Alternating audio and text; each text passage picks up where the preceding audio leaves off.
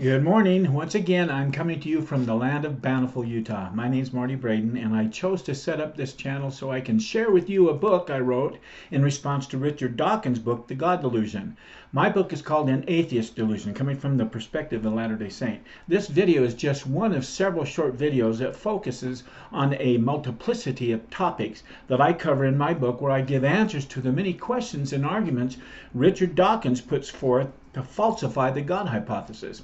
If you're desirous of learning how to give answers to the hope that is within you, or you are here to check out what those wacky Latter-day Saints perspective is on Dawkins' book, you've come to the right place, and I'm excited that you're here. This video is part 21 of my review of the introduction to my book, An Atheist Delusion. I closed off part 20 talking about the light that proceeds forth from the presence of God to fill the immensity of space. So I'm going to pick it up right from there. Let me get to that. Okay, here's a little more of what Dr. Lamb said regarding this particular topic of light, and I quote, "There is certainly plenty of room for it between the atoms and the stars, isn't there? Let me ask, what does science now teach us about the space within and surrounding atoms and within and between galaxies?" They have lots to say about it, much of it being speculative at this point. Just in the last few decades, however, scientists have postulated, which I call guessed, that a huge amount of dark matter and dark energy must exist. Dark is not black. It just means that they don't know what it actually consists of. And so they've attached it and called it dark energy and dark matter. So scientists say that they are spread throughout creation at varying concentrations in various places.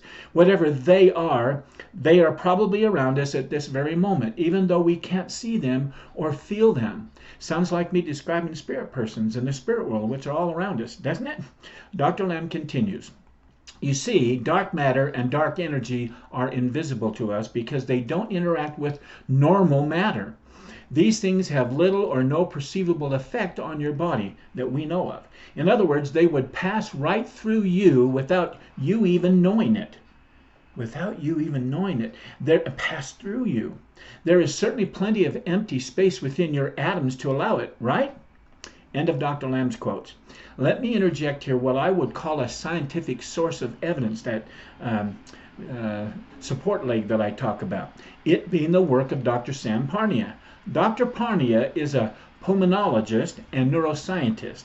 I would encourage you to check out a YouTube video titled, "What is Consciousness?" by Closer to Truth, and presented by Robert Kuhn, its host. Robert Kuhn, who has a doctorate in neuroscience, interviews Dr. Sam Parnia, who helps patients that are close to death and some who have even died, which he then works with to bring them back to life, even several hours after his patient's brain has died. I suggest that you watch the entirety of this video, but especially that last 3 minutes of the video, and then compare what Dr. Parnia says to what I just quoted Dr. Lamb as saying. Dr. Parnia says that when a patient flatlines and the heart stops so that the brain stops as well, there's still the conscious self. I call it their spirit body self. That Dr. Parnia's equipment continues to show signs of its activity, sometimes for a few hours, even though the brain itself is completely shut down. End of quote. Dr. Parnia is incredible. Let me ask you, my readers and my viewers, if the brain is what produces consciousness, that wet machine produces consciousness and not the mind, how is it that the patient's consciousness continues on and is being measured by Dr. Parnia for several hours after the patient flatlines and their brain is declared dead? Something to think about, isn't it? Okay, Dr. Lamb continues. Let me say that when we have learned about the nature of matter in space, solves a long-standing mystery about the so-called spirit world and the world of the spirits. Joseph Smith taught that the spirit world was not in some distant spot in the universe, but right here, around us, all around us. See also what President Brigham Young taught about the post-mortal spirit world and how it's right here on earth, all around us. And I give a little footnote there. You should check that out. Brigham Young, what he taught about postmortal spirit world. This idea was ridiculed as completely incomprehensible with scientific knowledge. That criticism is no longer true. Not only do we know there's plenty of space for other kingdoms to exist besides our own here and around us, but now physicists themselves are talking about previously unknown materials residing right amid what is all around and through us, such as black matter and dark energy. What I'm saying is that whereas Joseph's religious claims of a spirit world being right here, all around and through us, I'm going to scoot this over just a little bit, all around and through us previously made no sense scientifically, but now in our day, nearly 200 years later, these claims are perfectly compatible with science, and similar claims are being made by atheist scientists themselves. End of excerpts by Dr. Lamb. As you can see, as a member of the Church of Jesus Christ of Latter-day Saints, I am not asked to express blind faith on such matters regarding reality and or doctrines. I am asked to exercise illuminated, well-endorsed, evidence-based faith, though it is faith that has not yet become perfected. It's the kind of well-endorsed evidence-based faith that scientists are called to exercise when they talk about such things as atoms, electrons, quarks, dark energy, and the edge of the universe, its creation, and other such unseen things.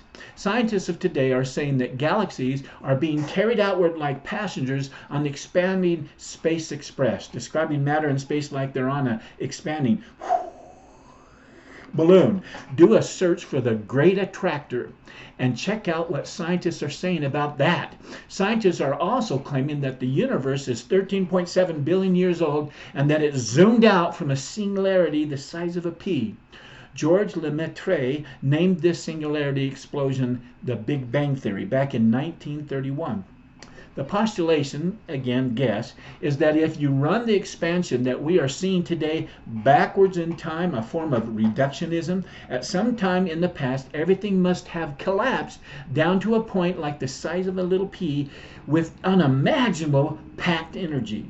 Scientists like Lawrence Krauss also are saying that space itself is imbued with a kind of hidden energy that can spontaneously generate physical particles out of thin space, which then pop in and out of existence. Again, space is some kind of matter, and so this popping in and out of it is not out of non-existent thin air called nothing, ex nihilo, which also has matter of some kind in it. I could go on, but I'll just ask you, my readers and viewers here today, who are the ones that are putting forth ideas as though they were facts, yet we cannot see visible proof of them, except for the kinds of effects that scientists call evidence or illuminated evidence? This claim about the universe's birth by atheist scientists should sound familiar, because it's exactly what theists like me have said and are mocked by other atheist scientists for saying it. It's the very case we've been trying to make about faith's substance of things hoped for and evidence of things unseen. Come on, man. Dear scientists, you cannot have it both ways.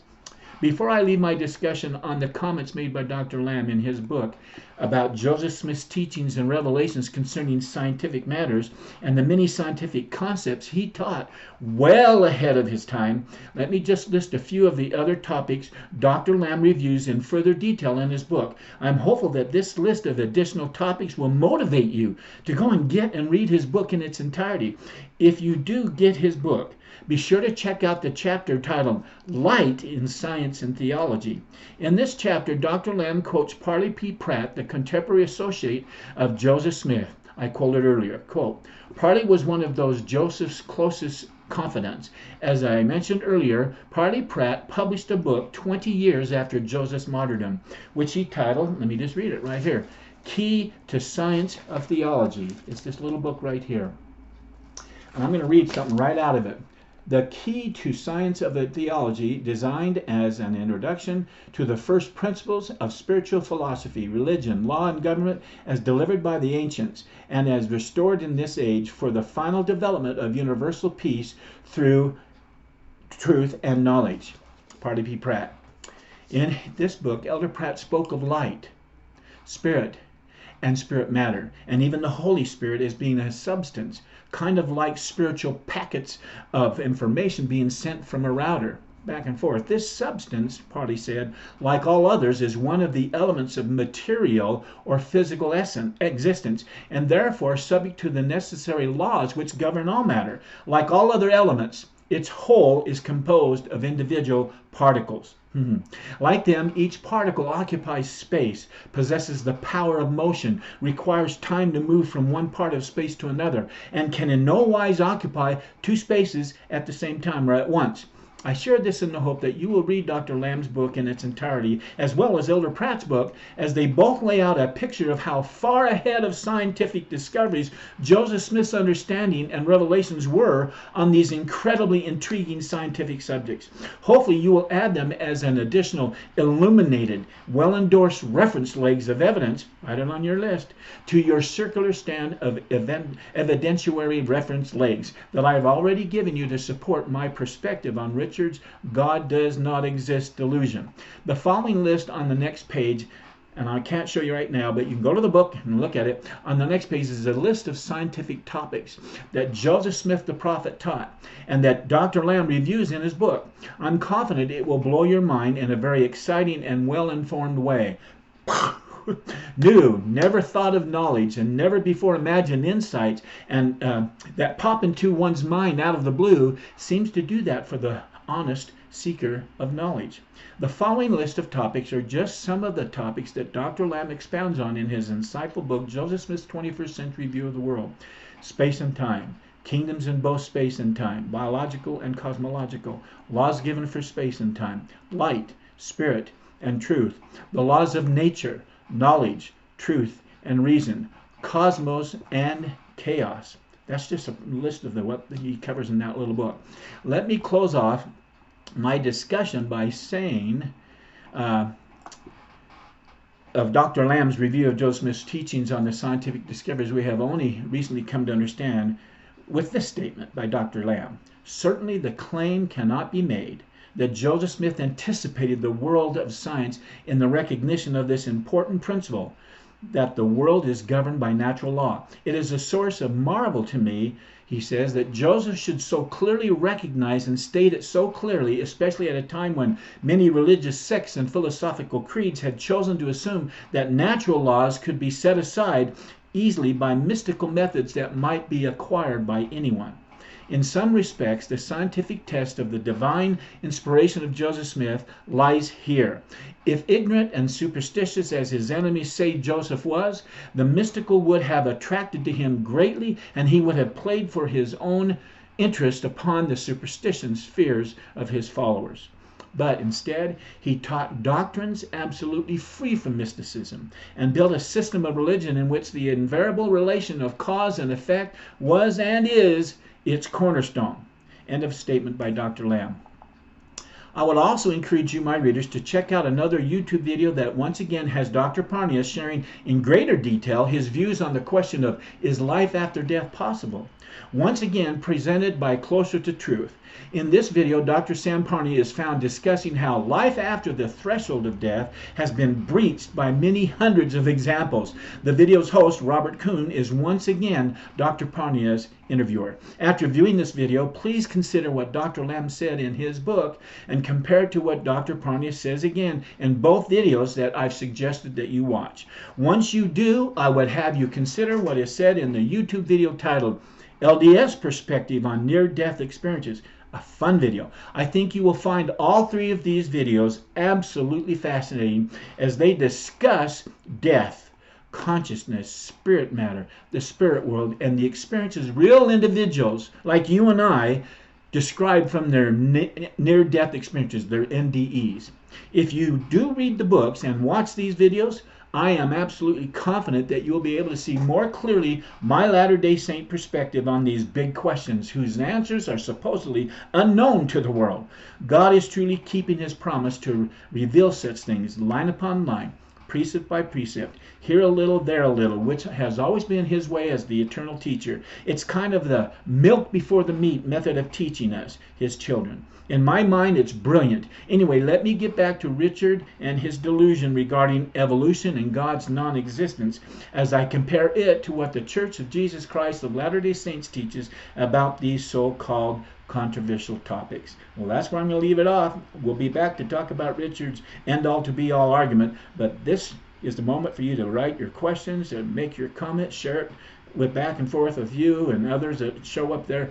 I'll try my best to come back and answer any questions you have or make comments. But until then, I wish you continued success. Goodbye.